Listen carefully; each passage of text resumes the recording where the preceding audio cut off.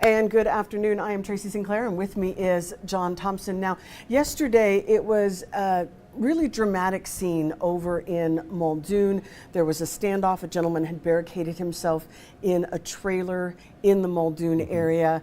We found out later that he had allegedly shot 2 people and then also allegedly shot a police officer. That's right. And but at the time, we really didn't know what was going on. But today, you talked to a woman who had a firsthand view of what happened in the area. So tell us a little about your conversation. Yeah, so Janice Susuk, and she essentially lives about a street over from where this man was apprehended. And a 23-year-old, I'm blanking on his name right now, but Jalen Baker, thank you very much, 23-year-old Jalen Baker.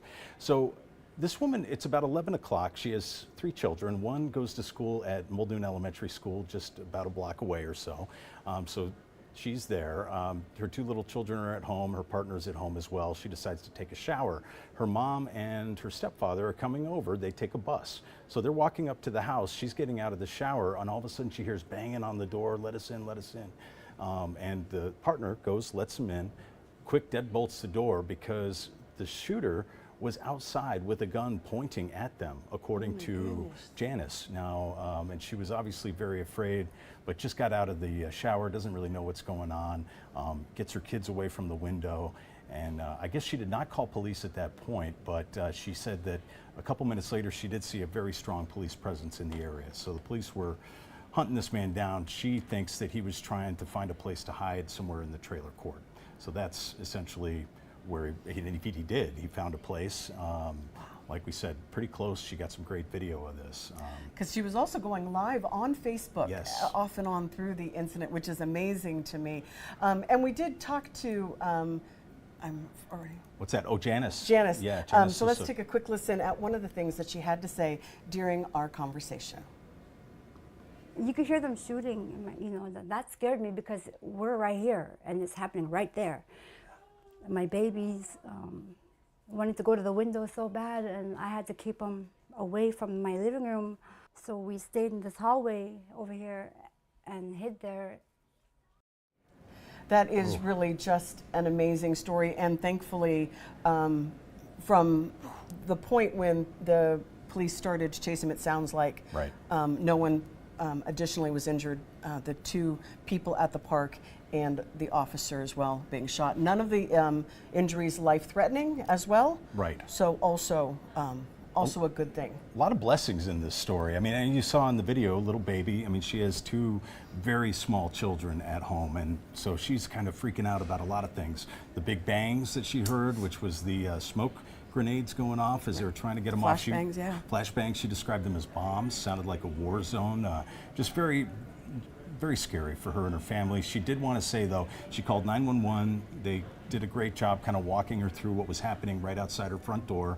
And then also she wanted to say thank you to the police for the presence and how they handled the situation yesterday. Wonderful. Well, we do have a full story that John has done on alaskasnewssource.com. It is a really good story, too. I was tearing up when I was watching it because she is so emotional. Yeah. So I'm going to ask John to step off real fast, and because we've been covering this story from a bunch of different angles now, the gentleman who is accused of being the shooter in this situation, we were expecting him to be in court today, but he did not show up. So Lauren Maxwell, you were down there today, so he was not there. Right. But who else? There was somebody that you got a chance to talk to, his mother. That's right.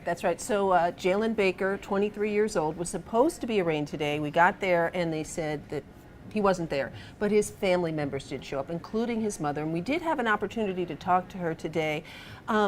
Obviously, really just distraught about the situation. She just told me some basics. She said that Jalen had moved out of their family home about 2 months ago and that he had started taking drugs. And she basically said, you know, she doesn't understand what happened. He wasn't himself.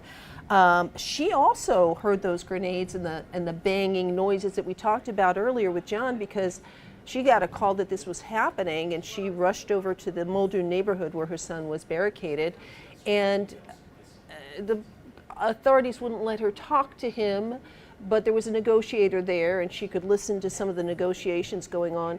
She told me her number one fear was that police would shoot her son. And she, in her words, said, you know, he shot 3 people, including an officer. He had a gun. He wasn't following their commands. She was terrified that that's what would happen. And so just a lot of relief, I think, as you'll hear in the soundbite that we have, when she realized he had been arrested and that he was okay. So let's take a quick listen to that. I was so relieved. I almost fell to the ground because they were like, we got him. And I was like, thank God. I was like, thank God he's not dead. That was really amazing and just so emotional. Again, when we talked to her at the 5 o'clock, during the 5 o'clock news as well, and also I mean, you can just see a mother's response to the fear of her son. Yeah, I think she's just as dismayed about what happened as anyone. And as far as her son is concerned, you know, he's facing several charges. Last we heard of assault, misconduct with a weapon. There's a whole slew of them.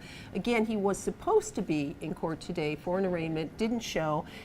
We were told to check back tomorrow and see if he comes then. Okay, well, we will keep watching. Thank you so much. I'm so glad that you got a chance to talk to her because it really did make a difference. And now we are going to ask Lauren to step out one more time, and we're going to see if Joe Cadott can step over here very quickly and give us an update, because he also has been covering the story, but from a different angle yesterday. Of course, the Anchorage Police Department responded, SWAT team, also state troopers, and in many cases, you know, we've been talking a lot this year about officer-involved shootings. So in this case, we sat down with police. In fact, the chief of police, Joe Cadott, step in here with me real fast. And let's just, I know you've got to get ready to go and do the news here in just a couple of minutes. So keep a watch on that clock for Joe.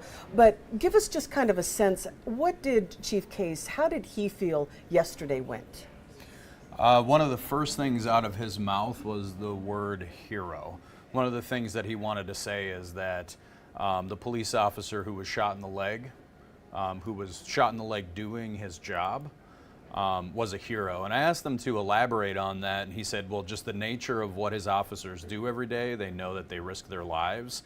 So he considers just any day-to-day normal, I guess their work is never normal, but he would consider more day-to-day officers on his department to be heroes when he mentioned, but that's one of the first things that he wanted to talk about in that interview was that officer who was shot in the leg, that he definitely wanted to shout out that he was a hero in that situation. Another thing that I wanted to bring up is I asked Case right away in the interview, if they had shot and killed that suspect, would that have been justified? And he said, yeah, they would have been justified in shooting and killing that suspect.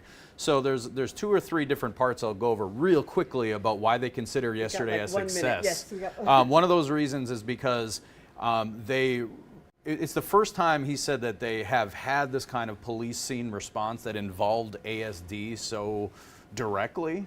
And he said that definitely gives him faith and confidence that if something like this happens again, or if something even worse happens, that he was impressed by how efficiently the Anchorage School District worked with police and how quickly they were able to get everybody involved in that lockdown.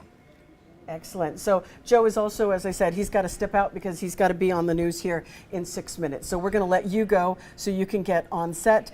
So you'll want to join us at 6 o'clock on Alaska's News Source, as well as we have these stories all posting on our website, alaskasnewssource.com. And don't forget, you can also get the same information on our free streaming platforms. Thank you so much for joining us here on Alaska's News Source. Again, at 6 o'clock, we're going to hear more on all 3 of these stories. Thank you.